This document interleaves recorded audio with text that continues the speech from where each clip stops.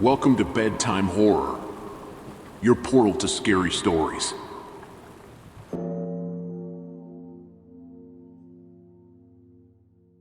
I had spent quite a few weeks at the mental hospital, each day blending into the next. The place was full of strange routines and odd habits. The ward was my world, and I was determined to escape its confining walls. But as I delved deeper into my plan, something in the hospital seemed off. I had befriended some fellow patients, and together, we concocted a scheme to break free. We believed the staff was hiding something sinister. Our hushed whispers echoed through the halls late at night. As we hatched our plan, the eeriness of the hospital was our constant companion. Late one night, we were startled by an unsettling noise. It sounded like faint murmurs carried on the wind, even though the windows were tightly shut.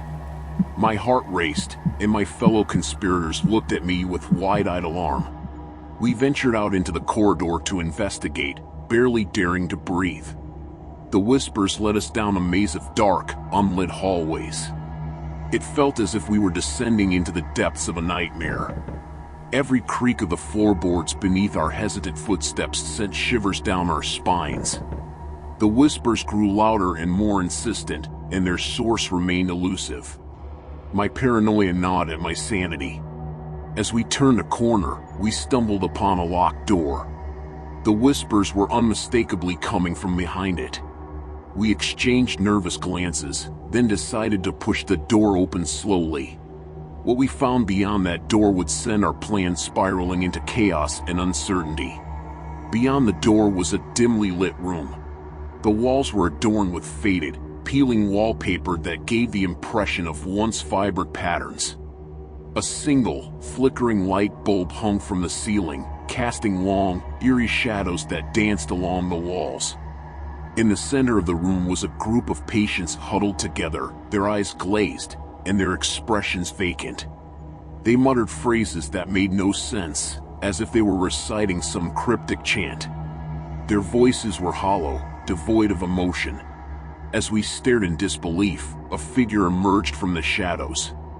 She was a nurse we had seen before, but her countenance had changed. Her eyes, once warm and compassionate, were now cold and distant. She wore an unsettling smile as she orchestrated the patient's chant, moving her arms in a slow, hypnotic rhythm. Our escape plan had dissolved into dread and uncertainty. The patients in the room were utterly entranced by the nurse's strange ritual.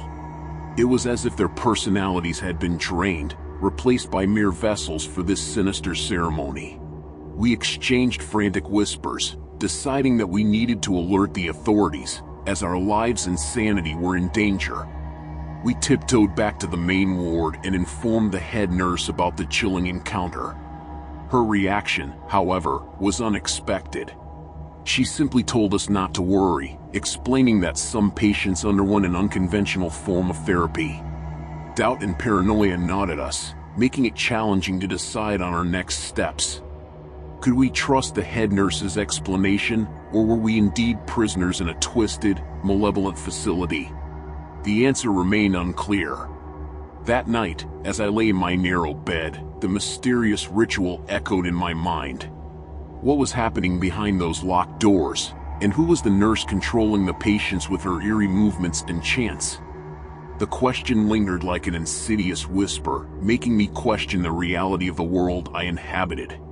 As I closed my eyes, the hospital's dark secrets loomed over me, and I couldn't help but wonder if our escape would ever be possible or if we were merely pawns in a more profound, insidious game.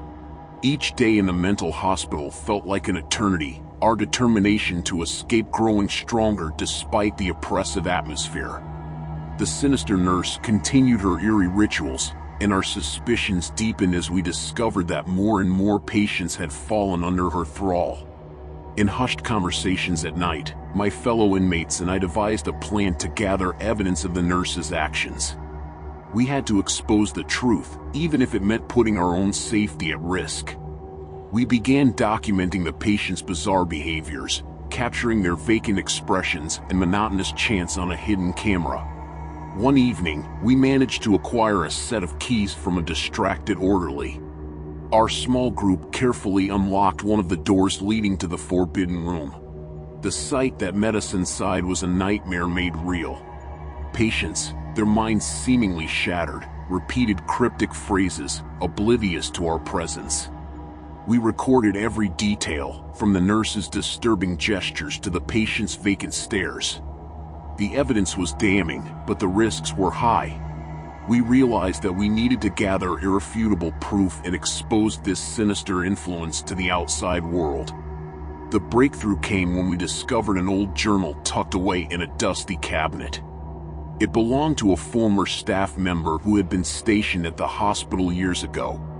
The journal contained shocking revelations about the nurse, describing her involvement in a dangerous experimental therapy program that had gone terribly wrong. Patients had been subjected to mind-altering treatments without their consent. We now had a weapon, a way to unveil the twisted reality of this place. With the journal in our possession, we contacted a journalist we'd met during our brief moments of freedom. We arranged a secret meeting and shared our findings, along with the disturbing videos. The journalist was horrified by the evidence and promised to expose the hospital's dark secrets. It was a glimmer of hope, a lifeline that might finally set us free. But it came at a cost. As the journalist dug deeper into the story, the hospital's administration became aware of our actions. The sinister nurse and her allies grew more agitated, and we lived in constant fear of retaliation. In the end, the truth was unveiled to the world, and the sinister nurse's reign of terror came to an end. The hospital was shut down, and we were liberated from our living nightmare. But the scars remained.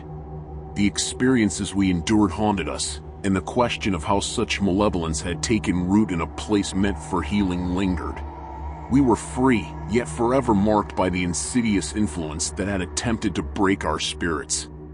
The asylum's closure offered relief, but the shadows it cast over our lives would never fully dissipate.